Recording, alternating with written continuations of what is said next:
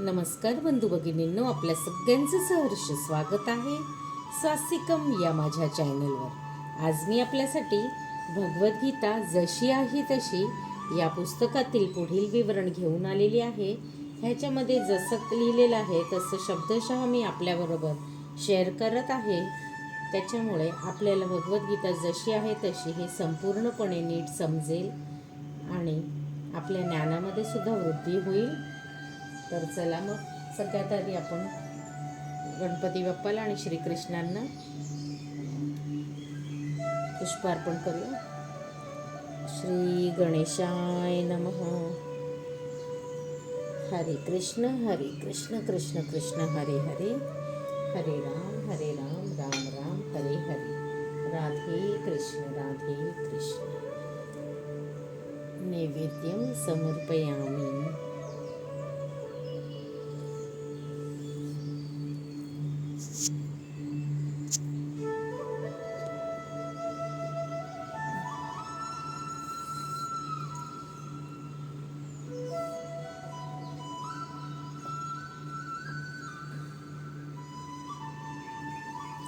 नैवेद्यं समर्पयामि, नैवेद्यं समर्पयामि, नैवेद्यं समर्पयामि। हरे कृष्ण कृष्ण कृष्ण हरे हरे, हरे राम राम राम हरे हरे,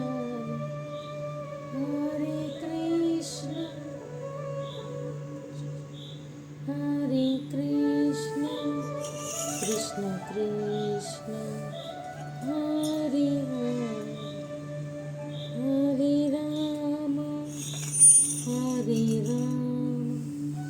राम राम हरे हरे, हरे कृष्ण कृष्ण कृष्ण हरे हरे, हरे राम राम राम हरे हरे।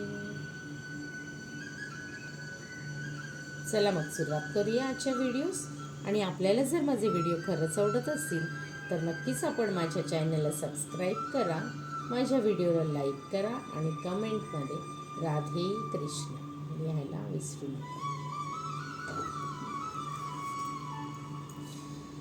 श्री गणेशाय नमः, श्री सरस्वतीभ्यो नमः। आता जो आपला अध्याय सुरू आहे तो आहे अध्याय 6वा, ध्यान योग।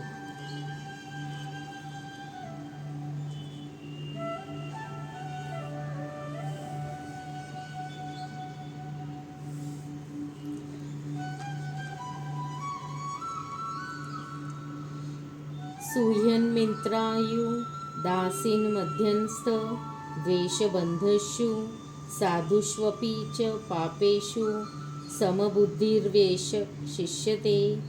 मनुष्य जेव्हा प्रामाणिक, हितचिंतक, सुहृद, तटस्थ, मध्यस्थ, द्वेषी, मित्र आणि शत्रू, पुण्यवान आणि पापी या सर्वाकडे समबुद्धीने पाहतो तेव्हा तो अधिक प्रगत किंवा विशेष मानला जातो। योगी युजित सतत मामात्मानं रहसी स्थितः एकाकी यतचित्तात्मा निराशीर परिग्रहः। योगी व्यक्तीने नेहमी आपले शरीर, मन आणि आत्मा भगवंतांच्या ठाई युक्त केले पाहिजे। त्याने एकांत स्थळी एकटे राहावे आणि काळजीपूर्वक मनाला सतत संयमित केले पाहिजे। त्याने आकांक्षा आणि संग्रहाच्या किंवा स्वामित्वाच्या भावनेपासून मुक्त असले पाहिजे। तात्पर्य: श्रीकृष्णांचा साक्षात्कार ब्रह्म, परमात्मा आणि पुरुषोत्तम श्री भगवान या 3 विविध रूपांमध्ये होतो। थोडक्यात कृष्ण भावना म्हणजे दिव्य प्रेममयी भगवत सेवेमध्ये युक्त होणे होय। परंतु जे निर्विशेष ब्रह्म किंवा अंतर्यामी परमात्मा रूपावर आसक्त आहेत ते सुद्धा अंशतः कृष्ण भावना भावित असतातच. कारण निर्विशेष ब्रह्म म्हणजे श्रीकृष्णांचे आध्यात्मिक किरण आहेत आणि परमात्मा हे श्रीकृष्णांचे सर्वव्यापी अंशिक विस्तार रूप आहेत. याप्रमाणे निर्विशेषवादी आणि ध्यानयोगी हे सुद्धा अप्रत्यक्षपणे कृष्ण भावना भावित असतात. प्रत्यक्षाने कृष्ण भावना भावित असणारा मनुष्य हा सर्वोत्तम योगी असतो.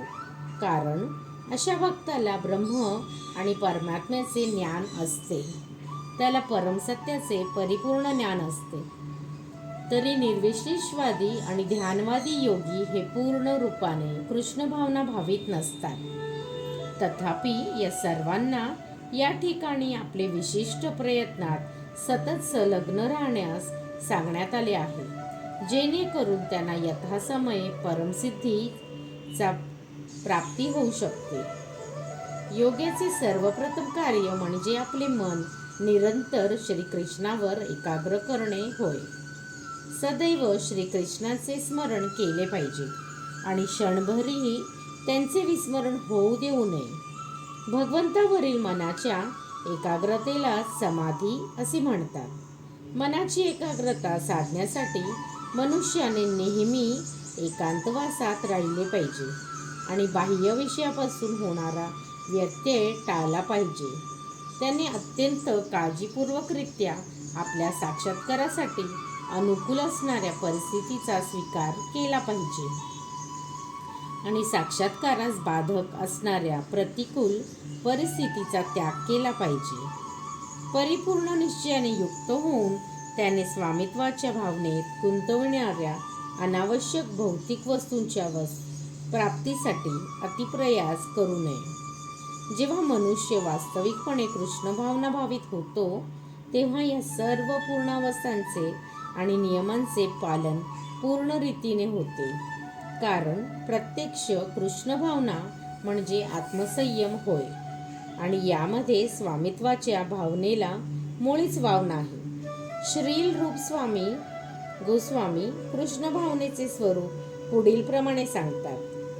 अनासक्तय विषयान यतार्हम युज्यतः निर्बंधः कृष्ण संबंधे युक्तम वैराग्यमच्युते प्रापक्यतया बुद्ध्या हरिसंबंधी वस्तुनः मुमुक्षुभिः परित्यागो वैराग्यम फलगु कथयेत. जेव्हा मनुष्य कोणत्याही गोष्टीवर आसक्त नसतो पण त्याच वेळी तो जेव्हा श्रीकृष्णांशी संबंधित सर्व गोष्टींचा स्वीकार करतो तेव्हा तो स्वामित्वाच्या भावनेपासून वास्तविकपणे मुक्त झालेला असतो. उलटपक्षी प्रत्यक्ष वस्तूंचा संबंध श्रीकृष्णाशी असल्याचे न जाणता तो सर्व वस्तूंचा त्याग करतो. त्याचे वैराग्य अपूर्ण असते. कृष्ण भावना भावित मनुष्य उत्तमपणे जाणतो की सर्व काही श्रीकृष्णांच्या मालकीचे आहे आणि त्याप्रमाणे तो नेहमी वैयक्तिक स्वामित्वाच्या भावनेपासून मुक्त असतो. म्हणून त्याला आपल्या वैयक्तिक स्वार्थासाठी कोणत्याही गोष्टीची लालसा नसते. कृष्ण भावनेसाठी अनुकूल गोष्टींचा स्वीकार कसा करावा आणि कृष्ण भावनेसाठी प्रतिकूल असणाऱ्या गोष्टींचा त्याग कसा करावा हे तो जाणतो. तो सतत अध्यात्मामध्ये स्थित असल्याने नेहमी भौतिक गोष्टींपासून अलिप्तच असतो आणि कृष्ण भावना रहित असलेल्या व्यक्तीशी त्याला काहीच कर्तव्य नसल्याने तो नेहमी एकटाच राहतो. म्हणून कृष्ण भावना भावित मनुष्य हा परिपूर्ण योगी असतो. शुचौ देशे प्रतिष्ठाय स्थिरमासन मामत्तनः ज्ञानयुच्रित नातिनच चैलाजिन कुशोत्तरम तत्रैकाग्रम मनः कृत्वा यतचित्तेन्द्रिय क्रियः उपविशासने युद्धात्योद विशुद्धयः योगाभ्यासासाठी मनुष्याने एकांत स्थळी जाऊन भूमीवर कुशासन अंतरावे आणि ते मृगचर्म व मृदू वस्त्राने आच्छादित करावे. आसन उंचावरही असू नये किंवा अत्यंत खालीही असू नये. आसन पवित्र स्थळी असावे.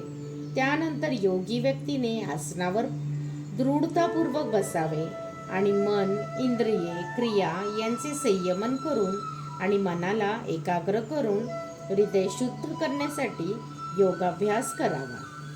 तात्पर्य: पवित्र स्थान म्हणजे तीर्थस्थळ होय. भारतामध्ये योगीजन किंवा भगवत भक्त हे स्वगृहाचा त्याग करतात आणि प्रयाग, मथुरा, वृंदावन, ऋषिकेश आणि हरिद्वारसारख्या पवित्र स्थळी वास करतात. अशा ठिकाणी यमुना आणि गंगा आदी पवित्र नद्या वाहत असल्याने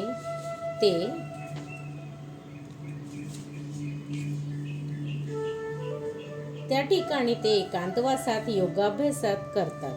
परंतु पाश्चात्य लोकांना हे विशेष करून नेहमी शक्य होत नाही. मोठमोठ्या शहरातील तथाकथित योगसंस्था या भौतिक लाभप्राप्ती करण्यामध्ये यशस्वी होत असतील, पण वास्तविक योगाभ्यासासाठी त्या मुळीच योग्य नाहीत. जो आत्मसंयमी नाही आणि ज्याचे मन निश्चल नाही तो ध्यान करू शकत नाही.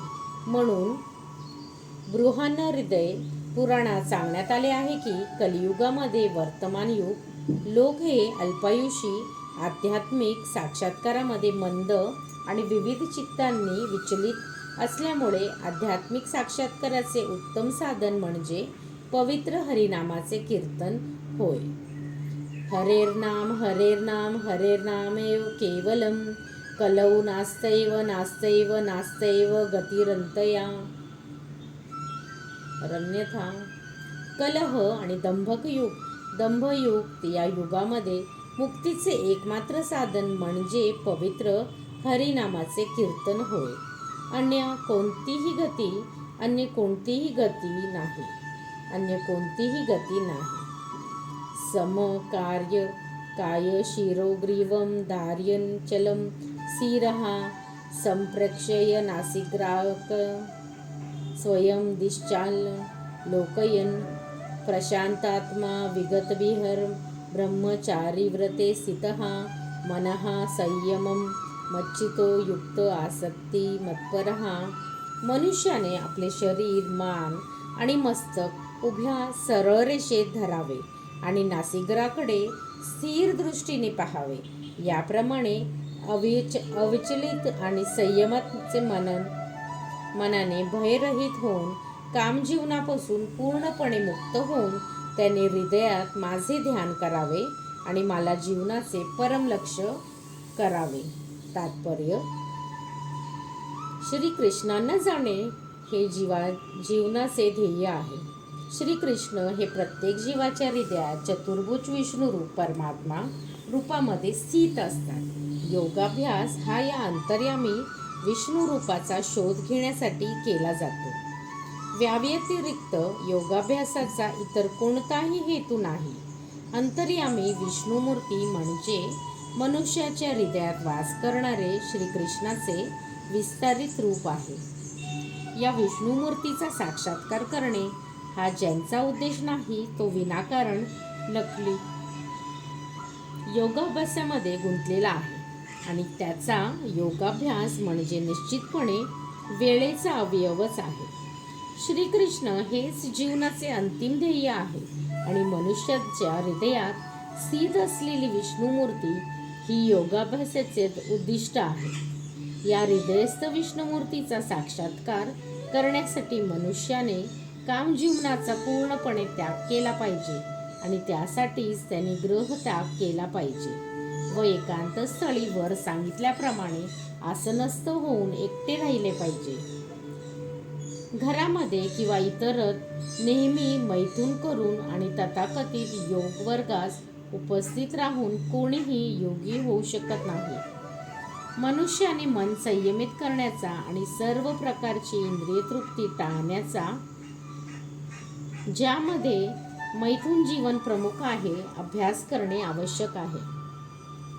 महान ऋषी याज्ञवल्क्य यांनी ब्रह्मचर्याच्या नियमांबाबतीत सांगितले आहे की कर्मणा मनसा वाचा सर्वावस्थासु सर्वदा सर्वत्र मैथुन त्यागो ब्रह्मचर्य प्रत्यक्षते. सर्व काळी सर्व परिस्थितीत व सर्व ठिकाणी कर्म मन आणि वाचेमधून मैथुन त्याग करण्यास सहाय्य व्हावे, हाच ब्रह्मचर्यवतेचा उद्देश आहे. मैथुन भोग करून कोणीही योगाभ्यासाचा योग्य प्रकारे अभ्यास करू शकत नाही. म्हणून ब्रह्मचर्याचे प्रशिक्षण मनुष्याला बाल्यावस्थेपासूनच, जेव्हा मनुष्याला मैथुन जीवनाचे ज्ञान नसते तेव्हापासून देण्यात येते. 5 वर्षे या वयाच्या मुलांना गुरुकुल किंवा आध्यात्मिक गुरुच्या आश्रमात पाठवले जाते आणि गुरु त्या लहान मुलांना ब्रह्मचर्यात राहण्याची कडक शिस्त लावतात. अशा प्रशिक्षणाशिवाय कोणीही कोणत्याही प्रकारच्या योगामध्ये प्रगती करूच शकत नाही. मग तो ध्यान ज्ञान किंवा भक्तियोग असो. तथापि जो मनुष्य केवळ आपल्या पत्नीशी शारीरिक संबंध ठेवून गृहस्थ जीवनाचे नियमाचे पालन करतो त्या मनुष्याला सुद्धा ब्रह्मचारी म्हटले जाते. अशा संयमित गृहस्थांचा भक्तिपंथामध्ये स्वीकार करता येतो. परंतु ज्ञान आणि ध्यान पंथामध्ये गृहस्थ अनिवार्य असते. भक्ती संप्रदायामध्ये गृहस्थ ब्रह्मचारीला संयमित मैथुन भोग करण्याची अनुमती असते, कारण भक्ती योग इतका प्रभावी आहे की दिव्य भगवत सेवेत युक्त झाल्यापासून आपोआपच मैथुन भोगाच्या आकर्षणापासून मनुष्य मुक्त होतो. भगवत गीतेमध्ये सांगण्यात आले आहे, विषया विनिवर्तन्ते निराहास्य देहिनः रसवर्ज रसोपेयस्य परम दृष्टावा निर्वर्तते. इतरांना स्वतःहून इंद्रिय तृप्तीपासून विरक्त होण्यास बाध्य व्हावे लागते, परंतु भगवत भक्ताला उच्च प्रतीचा रस प्राप्त झाल्यामुळे तो इंद्रिय तृप्तीपासून आपोआपच विरक्त होतो. भक्ताव्यतिरिक्त इतर कोणालाही या उच्च रसाचे ज्ञान नसते. विगतभिः जोपर्यंत मनुष्य पूर्णपणे कृष्ण भावनाभावित होत नाही तोपर्यंत तो निर्भय होऊ शकत नाही. विकृत स्मृतीमुळे जीव भयभीत असतो आणि विकृत स्मृती म्हणजे श्रीकृष्णांशी असणाऱ्या शाश्वत संबंधांचे विस्मरण होय. श्रीमद भागवतात सांगते की भयम द्वितीयाभिनिवेशतः स्याद ईषादपेतस्य विपर्य यो स्मृतिः. निर्भय होण्यासाठी कृष्ण भावना हाच एकमात्र आधार आहे. म्हणून परिपूर्ण अभ्यास केवळ कृष्ण भावना भावित मनुष्यालाच शक्य आहे आणि योगाभ्यासाचे अंतिम ध्येय हे अंतर्यामी भगवंतांना पाहायचे असल्या कारणाने कृष्ण भावना भावित मनुष्य हा सर्वोत्तम योगी असतो. या ठिकाणी सांगण्यात आलेली योग पद्धतीची तत्वे ही तथाकथित लोकप्रिय योग संस्थानांनी सांगितलेल्या तत्वाहून भिन्न आहेत. युक्तनेव सदात्मनाम योगी नियतमानसः शांती निर्वाण परमा मत्सर शांती विधिचती. याप्रमाणे शरीर मन आणि क्रिया यांच्या संयमाचा निरंतर अभ्यास करून मन संयमित झालेले योगी भौतिक जीवनाचा लय करून भगवद्धामाची प्राप्ती करते. तात्पर्य, योगाभ्यासाच्या अंतिम उद्देशाचे स्पष्टीकरण आता करण्यात येत आहे. कोणत्याही प्रकारच्या भौतिक सुविधा प्राप्त करण्यासाठी योगाभ्यास नसून भौतिक अस्तित्वाचा लय करण्यासाठी योगाभ्यास असतो. भगवद्गीतेनुसार जो मनुष्य आपले शारीरिक स्वास्थ्य सुधारण्यासाठी किंवा भौतिक सिद्धीची प्राप्ती करण्यासाठी योगाभ्यास करतो तो योगी नव्हे. तसेच भौतिक अस्तित्वाचा लय म्हणजे शून्यतः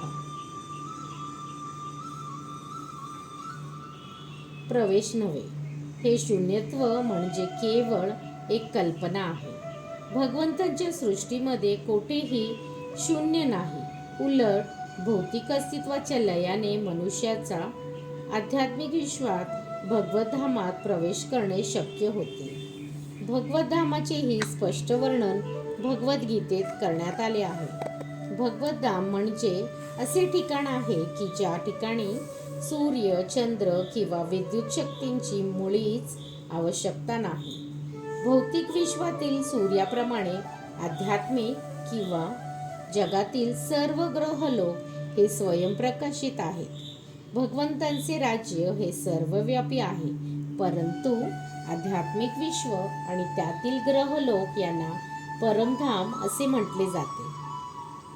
स्वतः भगवंतांनी या ठिकाणी सांगितल्याप्रमाणे ज्याला श्रीकृष्णाचे पूर्ण ज्ञान आहे असा एक परिपूर्ण योगी वास्तविक शांती प्राप्त करून अंततः त्यांच्या परमधामाची कृष्णलोक किंवा गोलोक वृंदावनाची प्राप्ती करतो. ब्रह्मसंहितेमध्ये सांगण्यात आले आहे की गोलोक एव निवसत्यखिलात्मभूतः. भगवंत जरी आपल्या गोलोक धामामध्ये नित्य निवास करीत असले तरी आपल्या श्रेष्ठ आध्यात्मिक शक्तीद्वारे ते सर्वव्यापी ब्रह्म आणि अंतर्यामी परमात्मा म्हणून सर्वत्र उपस्थित असतात. श्रीकृष्णांच्या किंवा त्यांच्या विस्तारित विष्णू रूपाच्या योग्य ज्ञानावाचून कोणीही आध्यात्मिक विश्वात म्हणजेच वैकुंठ लोकात किंवा भगवंतांच्या शाश्वत धामात म्हणजेच गोलोक वृंदावन प्रवेश करू शकत नाही. म्हणून कृष्ण भावनायुक्त कर्म करणारा मनुष्य हा परिपूर्ण योगी आहे, कारण त्याचे मन सतत श्रीकृष्णांच्या लीलांमध्ये तल्लीन झालेले असते. वेदांमध्येही म्हणजेच श्वेताश्वेतोपनिषद आपण पाहतो की तमेव विदित्वाती मृत्युमेति केवळ भगवान श्रीकृष्णाचे ज्ञान झाल्यानेच मनुष्य जन्ममृत्यूच्या चक्रातून पार पडू शकतो. दुसऱ्या शब्दात सांगायचे तर योगाची पूर्णता म्हणजे निष्पाप लोकांना फसवण्यासाठी केलेली जादूगरी किंवा शारीरिक कसरत नव्हे, तर योगाची पूर्णता म्हणजे भौतिक अस्तित्वातून मुक्ती प्राप्त करणे होय. श्रीकृष्ण पर्णमस्तु. शुभं भवतु, शुभं भवतु, शुभं भवतु. हरे कृष्ण कृष्ण कृष्ण हरे हरे, हरे राम राम राम हरे हरे. राधे कृष्ण राधे कृष्ण, राधे कृष्ण राधे कृष्ण, कृष्ण कृष्ण हरे राम राम राम हरे हरे. राधे कृष्ण राधे कृष्ण.